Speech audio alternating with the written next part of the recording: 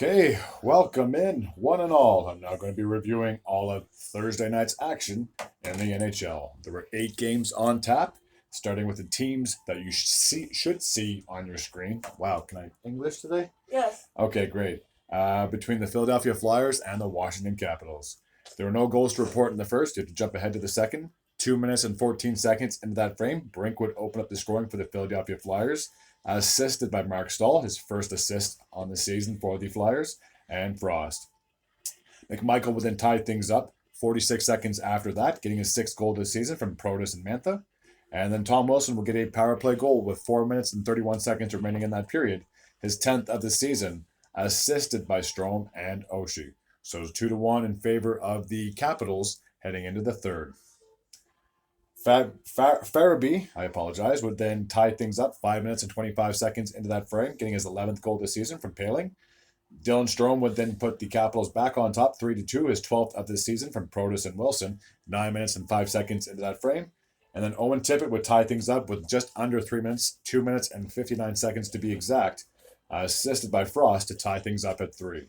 There were no goals to report in the overtime frame. Night off in scoring in Brink would end up getting the shootout winner in overtime. So with that, the Philadelphia Flyers, like I said, they have won. They're now 16, 10, and 3. And with the loss, the Capitals are still 6 games above 500, 14, 8, and 4. All right. The next game takes place in Toronto, where we have the Maple Leafs, and they're playing host to the Columbus Blue Jackets. So you should see the teams on your screen. This was a high-scoring affair, to say the least, a defensive struggle as well. So here, let's get to it. Patrick Laine would kick things off in the first 6 minutes and 19 seconds into that period, his 6th of the season from Johnson. Speaking of Johnson, he would then get a golden assist. His 2nd of the season from Peak, I apologize. There was just about 8 minutes to go, so 8 minutes and 4 seconds remaining in that frame. So it's 2-0 in favor of the Blue Jackets heading into the second. Danforth would increase the lead to 3-0, 8 minutes and 16 seconds into the frame, getting his 7th of the season from Provorov and Jurchik. Chinnikov would then increase the lead to 4-0, his 7th of the season, assisted by Provorov and Jurchik. He got 2 assists on the game, I guess.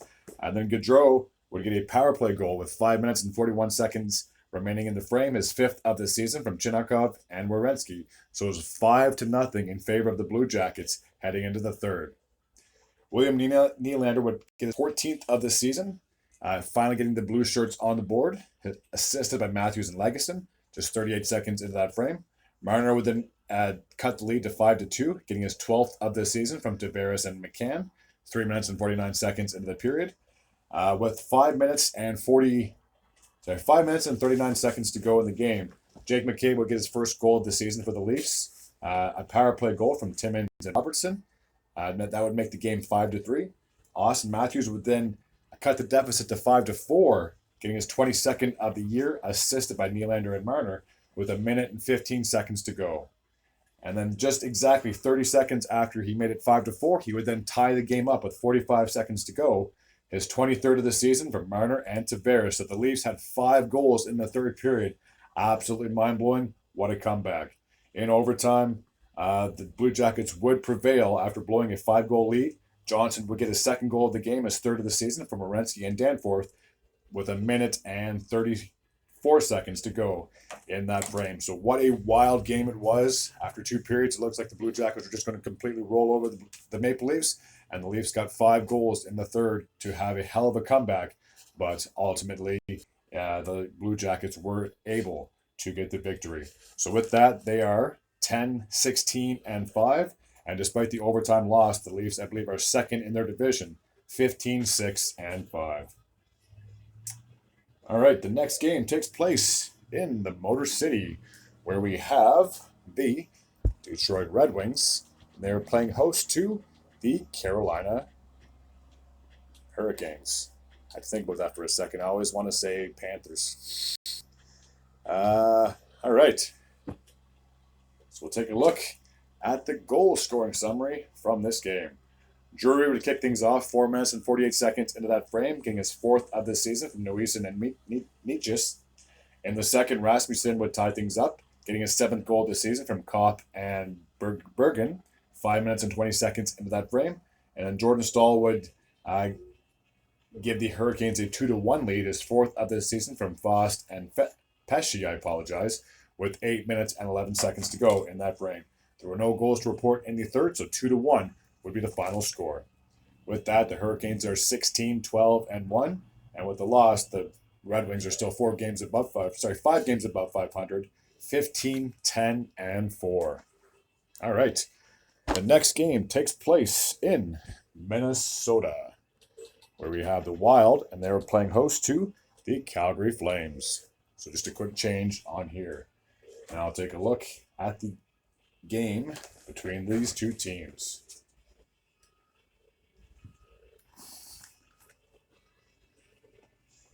Boldy would kick things off in the first, 4 minutes and 42 seconds into that frame, getting his 8th goal this season. So it's 1-0 in favor of the Wild heading into the second. Sharon Govich would tie things up with a power play goal, 6 minutes and 42 seconds to go in the second, assisted by Lindholm and Zary, so it's all tied up at 1 after 2. Blake Coleman would get a shorthanded goal, 4 minutes and 13 seconds into the third, his 9th of the season from Sharon Govich and Uyghur. And then Rossi would then tie the game up by just almost 45 seconds after that. 10th of the season from Golgowski and Johansson. There were no goals to report in overtime. We had to jump all the way to a shootout where Boldy, who started off the scoring, would end the game and give the Blue Jackets, the Wild, a 3-2 victory. So with that, the Wild are now just one game below 500, 11-12-4. And with the loss, the Calgary Flames are now 3 games below 500, 11-14-5. All right, the next game takes place in where? Where? St. Louis. And they played host to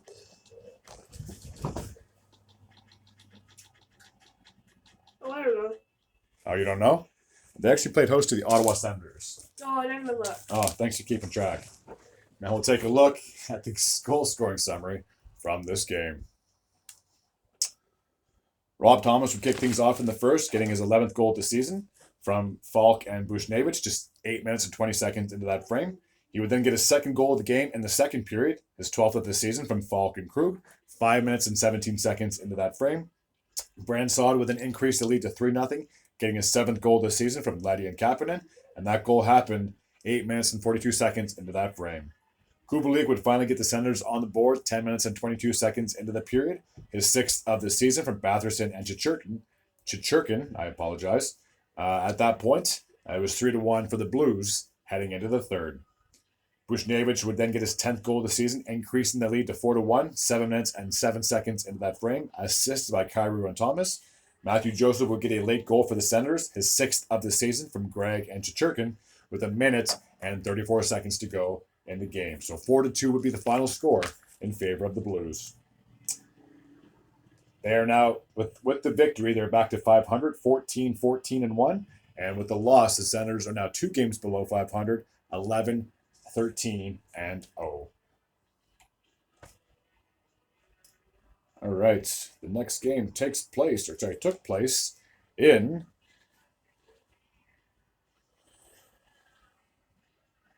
Edmonton.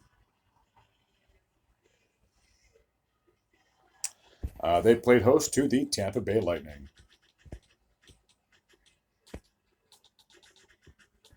Okay, so it should be loaded there on the screen. I'll take a look at the goal scoring summary from the game. Stamkos would kick things off in the first with a power play goal, a very early power play goal, 1 minute and 7 seconds into the frame, getting his 11th of the season from Paul and Kucherov.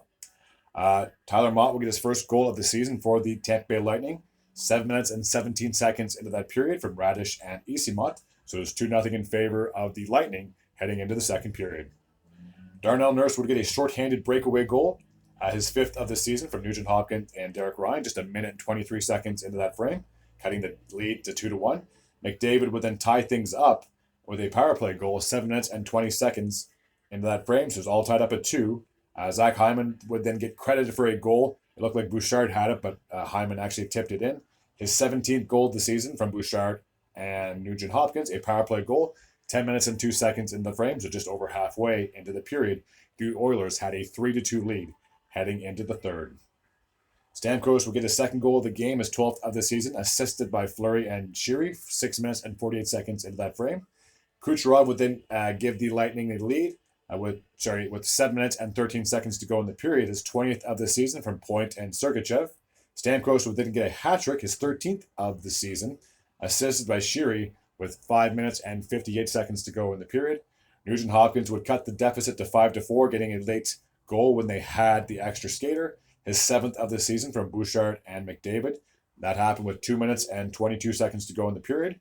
Anthony Cirelli would then get an open net goal with a minute 33 seconds to go, I apologize. His 8th of the season, and then Stamkos would then get his 4th goal, another empty netter, his 14th of the season from Kucherov and Calvin DeHaan.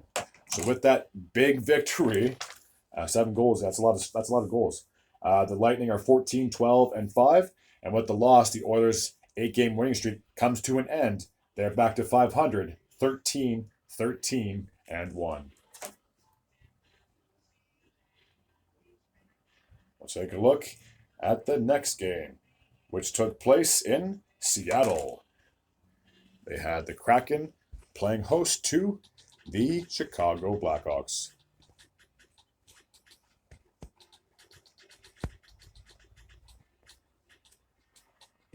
Okay, so we'll take a look at the goal scoring summary. All right, so Yamamoto would kick things off in the first, just 3 minutes and 7 seconds into the frame, getting his 5th of the season from Borgen. He would then get his second goal of the game, his 6th of the season from Dunn and Larson, with 2 minutes and 13 seconds to go in the frame. So it was 2-0 in favor of the Kraken heading into the second period. Radish would get the Chicago Blackhawks on the board just 3 minutes and 3 seconds into that frame, assisted by Beauvillier, his 5th of the season. Bjorkstrand would then increase the lead to 3-1, getting his 9th goal of the season from Evans, 4 minutes and 22 seconds into that period. Cardle would then increase the lead to 4-1, 14 minutes and 43 seconds into the period, so 5 minutes and 17 seconds to go in that frame, getting his 6th goal of the season from Borgen and Tanev. Tolvanen would then increase the lead to 5-1, getting his 8th goal of the season with 2 minutes and 51 seconds to go in the period, assisted by Gord and Bjorkstrand. So it's 5-1 in favor of the Kraken heading into the third. McCann would then increase the lead to 6-1 at that point, getting his 14th goal of the season from Evans and Bjorkstrand. That was a power play goal, 3 minutes and 7 seconds into the period. And just 21 seconds later, Belmar would increase the lead to 7-1, getting his 4th of the season from Shore and Dumoulin. So 7-1 was the final score. With that, the Kraken are now 4 games below 500, 10, 14, and 7. And with the loss, the Blackhawks are now 10 games below 500, 9, 19, and 1. Okay, and we'll see what is next. The last game takes place in Vancouver, where we have the host team in the Canucks, and they were playing against the Florida Panthers. So 2 very good teams playing against each other. All right, in the first, Kuzmenko would kick things off, getting a 6th goal this season from Garland, 4 minutes and 3 seconds into the frame. Joshua would get his 5th goal of the year with 6 minutes and 8 seconds to go in the period, assisted by Blucher. So it was 2-0 in favor of the Canucks heading into the second. Joshua would then get his 2nd goal of the game, his 6th of the season, just over halfway into that period. So 9 minutes and 52 seconds were remaining in that frame, increasing the lead to 3-0. And then Besser would get a power play goal with 4 minutes and 19 seconds remaining, his 22nd of the year from JT Miller and Elias Pettersson. There were no goals in the third, so 4-0 would be the final score. With the victory, the Canucks are 29-1, and despite the loss, the Panthers are still 7 games above 500, 17, 10, and 2. As always, I attempt to do videos on the daily. If you're new to this channel and you like this type of content, hit the sub button. Why not?